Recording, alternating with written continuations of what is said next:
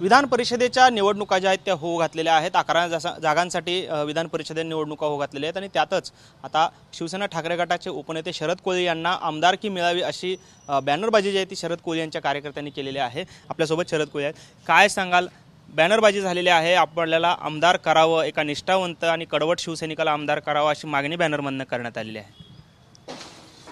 मुळामध्ये ज्या शिवसैनिकांनी पदाधिकाऱ्यांनी माझी आमदारकी मला मिळावं, विधान परिषद उद्धव साहेबांनी घ्यावं म्हणून जी मागणी केली त्या सर्व पदाधिकाऱ्यांचं मनापासून मी आभार व्यक्त करतो। परंतु शरद कोळी हे पक्ष फुटल्यानंतर ज्यावेळेस उद्धव साहेबांच्या उपस्थितीमध्ये मातोश्रीमध्ये प्रवेश केला, मी त्याच दिवशी साहेबांना सांगितलं आहे की मी पदासाठी, खुर्चीसाठी, हारासाठी, तुरासाठी मी पक्षात प्रवेश केलेला नाही। मला आमदारकी द्यायचा न द्यायचा हे उद्धव साहेबांच्या हातात आहे। उद्धव साहेब त्याचे मालक आहेत, आदित्य साहेब त्याचे मालक आहेत, परंतु मला आमदारकी मिळावी म्हणून मी काम करत नाही। मी नुसतं या 40 गद्दारांच्या, या विरोधकांचा शाब्दिक शिवसेनेवरचा शब्द किंवा उद्धव साहेबांचा शब्द मी अंगावर घेत नाही। वेळ प्रसंगी तलवारीची धार देखील माझ्या अंगावर घ्यायला मी उद्धव साहेबांसाठी तयार आहे। त्याच्यामुळं मला आमदारकी मिळावी म्हणून मी कुठलं काम करत नाही, मी याच्यापेक्षा देखील जोमानं काम करणार आहे।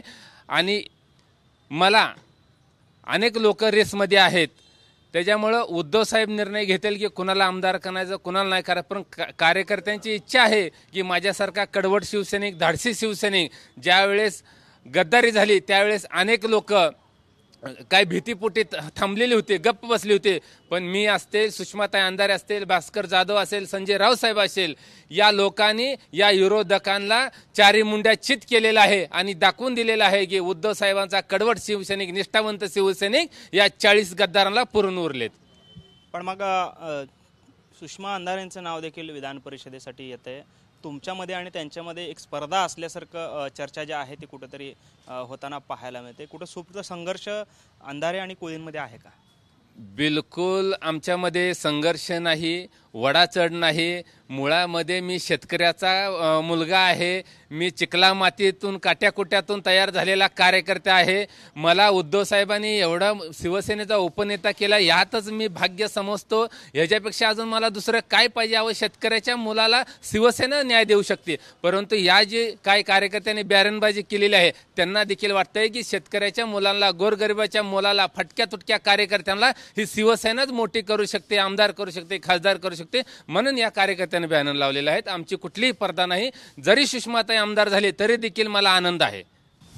पण पाहतोय हे होते शरद कोळी आणि मी आमदारकीसाठी नव्हे तर पक्षासाठी या पक्षामध्ये आलेलो आहे, तर उद्धव ठाकरेंवर होणारा प्रत्येक वार झेलण्यासाठी मी तयार असल्याची प्रतिक्रिया शरद कोळीने दिली आपल्याला पाहायला मिळते।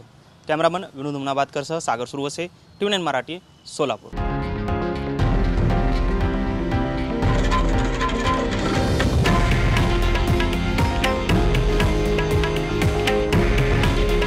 हे आहे देशातील नंबर 1 न्यूज नेटवर्क आणि आपण पाहत आहात TV9 मराठी।